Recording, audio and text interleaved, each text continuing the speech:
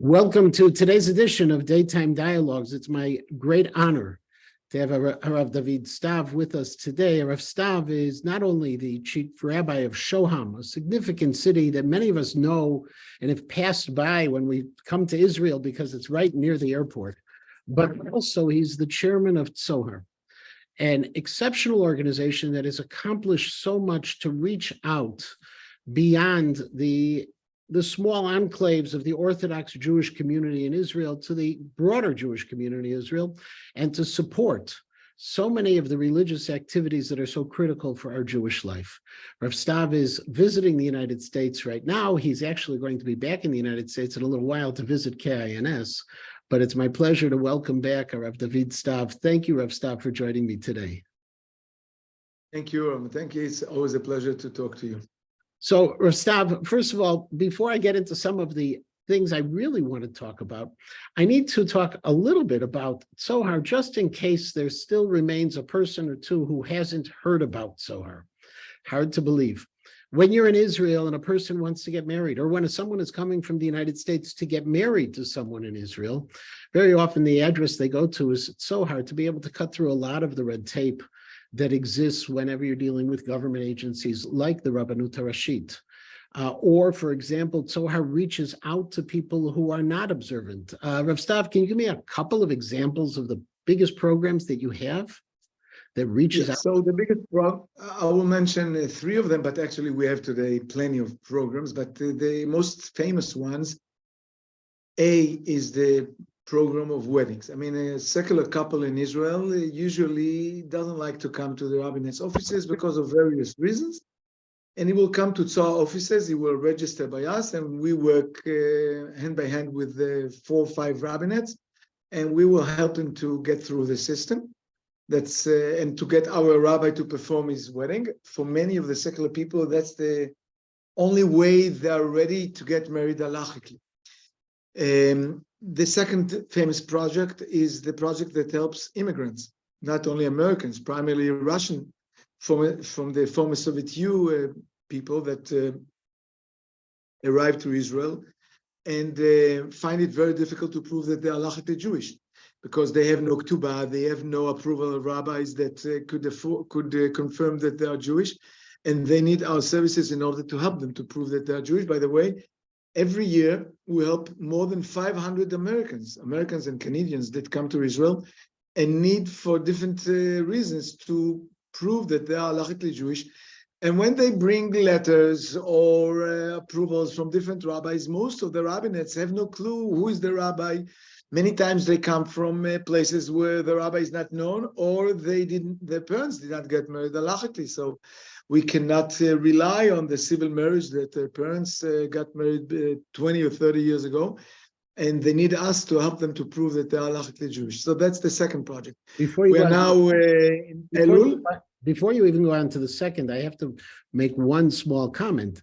Even if they're coming from places like Chicago, it's not unusual that I receive an email or a WhatsApp from Yoshua Grunstein telling me, do you remember this rabbi who signed this ketubah or these edim? Because Tzohar has helped also with them. So I'm sorry, that was true. Actually, Rav Matenki is one of the rabbis that is asked, but actually I could tell you that there is no rabbi in America almost that doesn't use our services, or we don't talk to him and ask him about certain rabbis that passed away 20, 50 years ago, and we have no clue who they are. And if we don't know, the rabbinate, of course, doesn't know. And the third project, just we are now in Elul time, and Elul is before Yom Kippur and Rosh Hashanah. Now, I don't know if you listeners or viewers know that in Israel, most of the secular Jews don't go to shul, not even on Yom Kippur. And if not for Tzohar, they would not step their foot in shul because of many reasons. I don't want to go into the reasons, but basically, the place where they find it more user-friendly and more welcoming and more embracing is the 600 locations of Tzohar, where places where we take JCCs and neutral places and use them as shuls for Yom Kippur. That's the third project, but we have plenty of other projects as well. To give an idea, how many people do you expect to come these Yamim Noraim to your special programs? If to believe in what happened last year, we expect to have more than 70,000 people in more than 600 locations. But to be honest with you, I'm afraid to say that this year there will be a reduce in the numbers. We feel it already as a side effect of the judicial reform, the hatred between secular and religious people, and secular and Judaism arrived to levels and to peaks that we never experienced before. And I'm afraid that one of the results will be the numbers of people that will come to participate, to attend in the prayers, in the services of Yom Kippur. Well, which is an unfortunate segue to what I also wanted to talk with you about, and that is the protest, the judicial reform, and how things are being impacted. So you just mentioned one, that people are, because of the hatred, they're separating themselves from things they may have done in the past.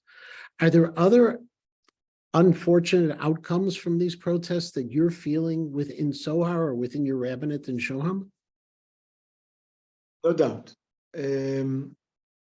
We get reports from different places all over the country that I would divide it to two types. Modern Orthodox people, more and more we get questions, rabbinic questions, from people that ask us if they are allowed to go to work without kippah, because they are ashamed to go with kippah, because they are right away attacked for being supportive of the judicial reform, or etc., etc. And we get questions from women that ask us if they're allowed to take off their head covering because of that. People that go to interviews are afraid to go with yarmulkes because, you know, if you are a doctor and you have 5 people that compete on one position and you are a principal of a hospital, today most probably the principal of the hospital most probably will prefer a secular candidate versus the religious one, because he doesn't want to have to deal with those who maybe will not treat Arabs, will not treat homosexuals, will not treat this, will not do that. He doesn't want to have problems. That's on one side. This one type of questions. The other types are, we get more and more reports about people that do not circumcise their kids, do not make Brit Milah.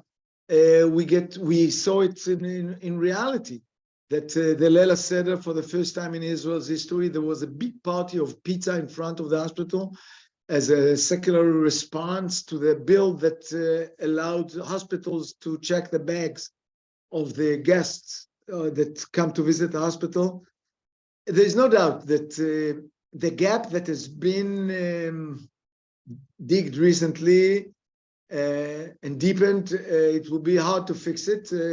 You know, there's a famous statement says, a stone that one stupid guy threw deep to the well, to the pit. We need 10 smart people to take it out. We will need more than 10 people to take the stones from the pit.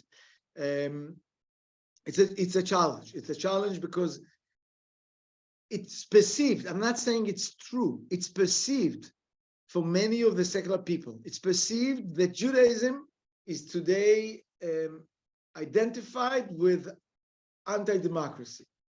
And when the secular people have to choose between these two values, democracy versus Judaism, they will prioritize democracy, no doubt.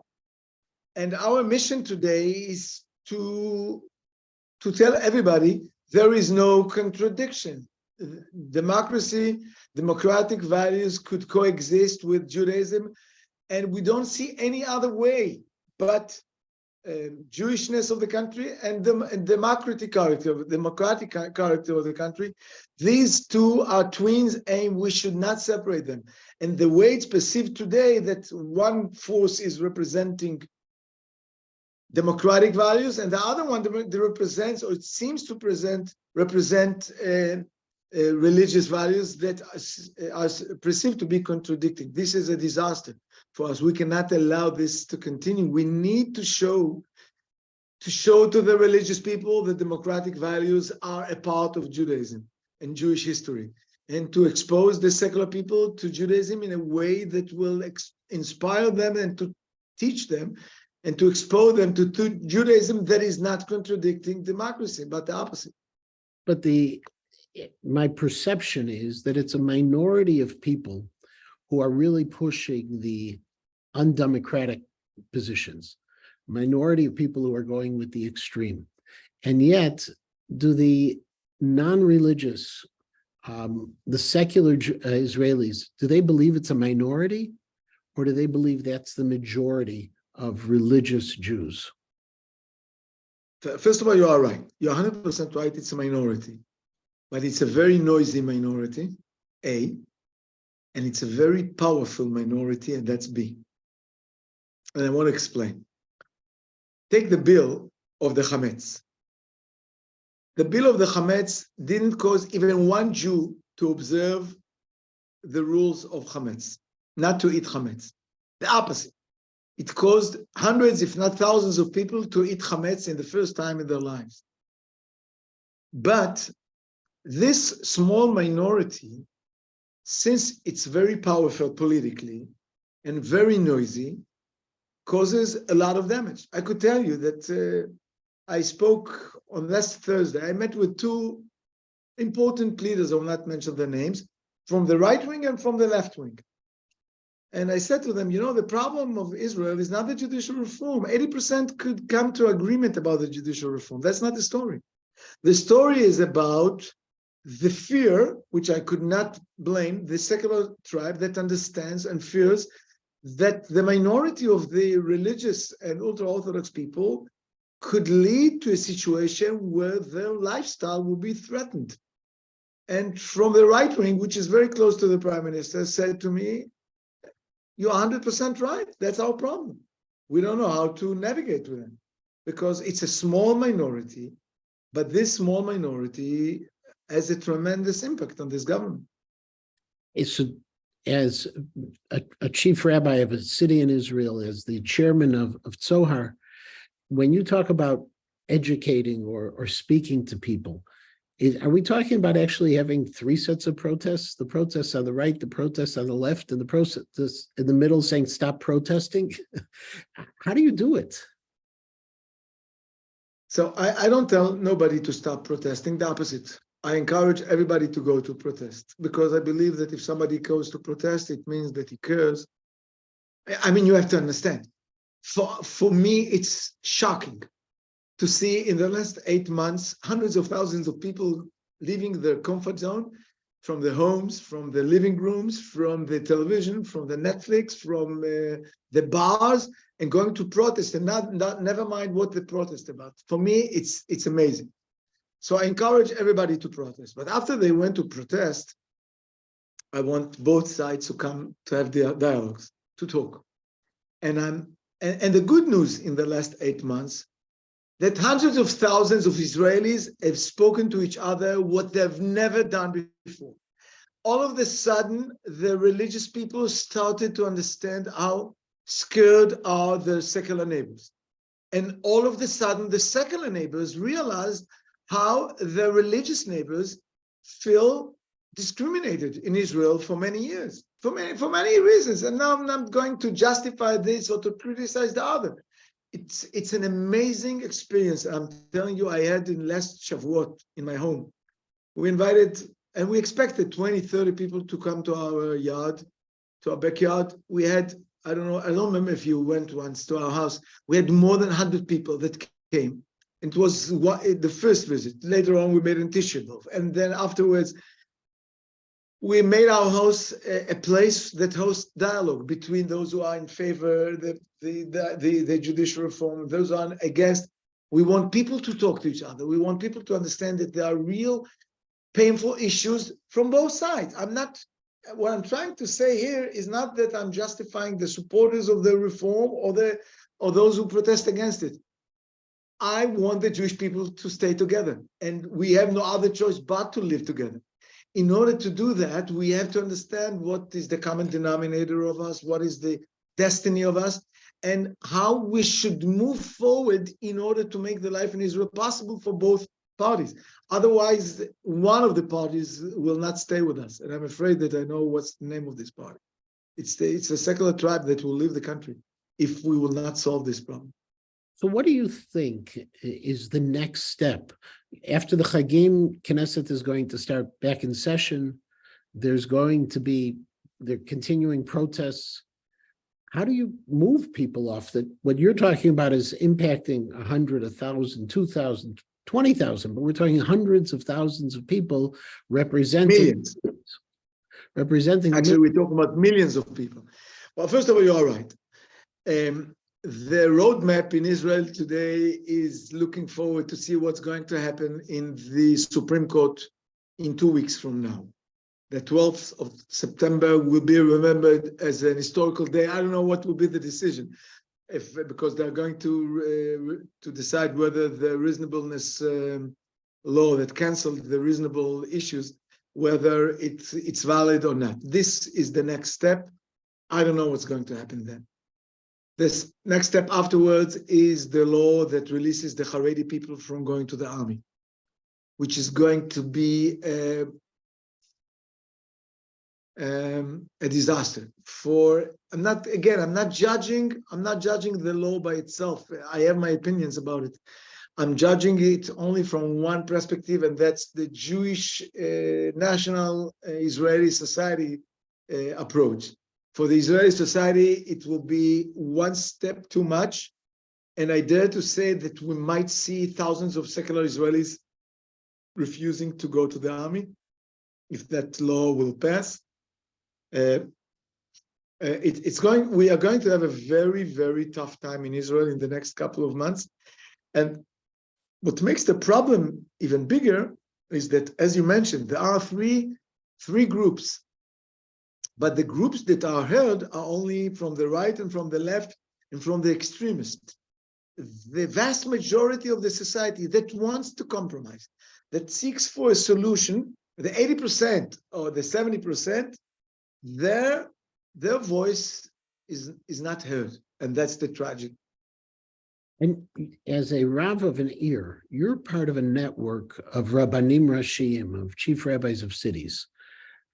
Are other chief rabbis addressing this issue? Perhaps not as passionately as you are, but within their own kihilot, within their own communities? Unfortunately, the answer is no. The answer is no. None of them. None from the chief rabbis of Israel, from bottom up or from up to the bottom. No. There was one expression of one of the chief rabbis, but you don't hear from them for 9 months. The country is driven crazy, and people leave the country, and people leave Judaism, and no voice is heard from the rabbis, and it's one of the shames. And I know why. Because they know that where the butter is smeared, and nobody wants to challenge the political establishment that he takes his power from. Unfortunately, most of the rabbis are afraid to talk about these issues. There are very few rabbis that dare to raise their voice, but very few. So have you or Tzohar suffered because you're trying to bring people together? Suffering is a tough word, but do we suffer for not? Do we get criticized from both sides for not taking position? Of course, but we keep on saying we will not take a side in the political debate, as we did not take a side in the disengagement. We will not take a side, but we will take a side in the Jewish price that this judicial reform is causing. And I keep on telling the politicians in the religious Zionist group and other groups that I don't care about the judicial reform. And the truth is that I don't have an opinion about the judicial reform, but I do have an opinion about the price that the Israeli society is paying because of the way the process was done, and the Jewish price that we pay on a daily basis. And I keep on telling them, Kima Kima, slowly, slowly, is not just a slogan of redemption. It's a slogan of how Ribono Shel Olam, how God conducts His world. Sometimes in mankind's history, there are 10 plagues in Egypt, but this is an exception. Usually, God runs the world based on by evolution and not by revolution. And sometimes it seems to me that politicians want to take position and to change the world upside down in 1 year. And there is a price for revolutions. Revolutions create a negative, respond in a way that nobody could have dreamt, could have imagined that this would be the way it will lead to. And now we are paying the price, and the price is very, very high. And we don't know yet what's the price. What's the price in religious education? How many kids will take off the kippot? How many kids will leave the country? How many people will purchase foreign passports? It's a heavy price that we pay today in Israel because of this judicial reform. That could be a good reform. I'm not referring to it in its content. I'm referring to it just in the way it was done and in the way it's perceived by the secular tribe. And we as rabbis, we come to every Yom Kippur and we have to ask ourselves, what have we done wrong? Or what should have been done differently? But more important, what should we do differently in the next year in order to fix the fractions, in order to bridge a bit the gaps that have been created in the last year? To move a little bit away from this topic, even though it will color most of other things, this year there was a major change in terms of secular marriages in Israel when online marriages became a possibility through the state of Utah. And secular Jews did not have to travel to Cyprus to get married if they didn't want to have a religious ceremony. The background of why religious ceremonies, why Rabbanut Rashit, the chief rabbinate, is a different one. But before the judicial reform started, did you start seeing any changes in terms of your ability to bring people to observant marriages because of the online marriage? No, the online marriage does not cut so far too much. Too many couples, maybe because they are not aware of that. Maybe because for many of them to fly to Cyprus is even nicer. It sounds more romantic. And because of a third reason, I think that many Israelis today postpone their marriage altogether. It's not that they want to get married civilly in Cyprus or in Utah. They don't want to get married altogether. So we have a big challenge to convince people to get married. But we don't see a dramatic change of numbers that go to Cyprus or to Utah agreements because of this online option. We don't see that. It hasn't so far. And in terms of the number of marriages that you're helping with among the non-observant community, has it stayed the same? Has it grown? Has it dropped? No, we keep on growing.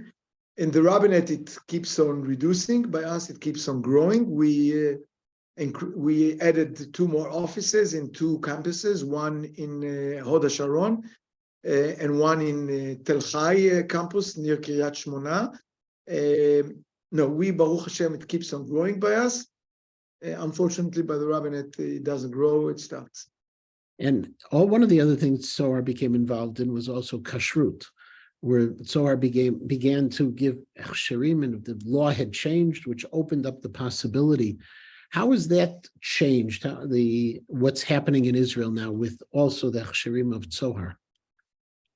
So far, there was supposed to be a reform of this government to cancel the law of Matan Kahana from the previous government regarding the kashrut. But so far, they haven't touched it because of various reasons. I guess they were busy with other issues. So far, the situation is frozen. The bill did not enter to activity. And so Zohar grows, but slowly. We have almost 400 restaurants. We won in a battle in the Supreme Court, so that the rabbinate will have to give us permission to give kashrut to products that are imported from outside Israel, from overseas. But there are not dramatic changes in the kashrut market in Israel now. And everybody is waiting to see what will be the reform that the new government will bring to the kashrut market. So far, no news, and no news is good news. And on the issue of the chief rabbinate, which we've mentioned in a number of different ways, the election was postponed. There's a lot of suggestions that it was postponed for political reasons to allow certain people to be able to be candidates. 10 years ago, you were a candidate for, unfortunately, those plans didn't happen. We both had conversations then at that time as well. Who do you think there will be a viable candidate for the chief rabbinate from the Dati Leumi community, or is it something that we've completely lost? No, it depends. We don't know if it depends in one man. His name is Aryeh Deri, the leader of Shas. He has the control of 40-45% of the voters. And if he will come to agreement with Smotrich, there will be a Dati Leumi candidate. If not, they will not. But to be honest with you, for me, the Dati Leumi candidate is not the story. I don't care if it will be a Haredi candidate or it will be the Dati Leumi candidate. What I care is if it will be a candidate that will take responsibility for Klal Yisrael, that will understand the need to approach to secular people and to talk to them in their language. We need a rabbi that will be sensitive to the conversion crisis, that will be sensitive to the agunot crisis, to the women that do not receive get. We need a rabbi that will know how to bridge gaps between Dati and not Dati people. That's the kind of rabbi we need. Doesn't matter if he's Dati Leumi or Haredi. That's not the story. The story is about responsibility for Klal Yisrael and not responsibility for the politicians that appointed you. Unfortunately, in the way rabbis are elected today, I'm afraid to say that the chances that it will be a candidate that thinks of Klal Yisrael and not about the politicians that appointed him is quite low.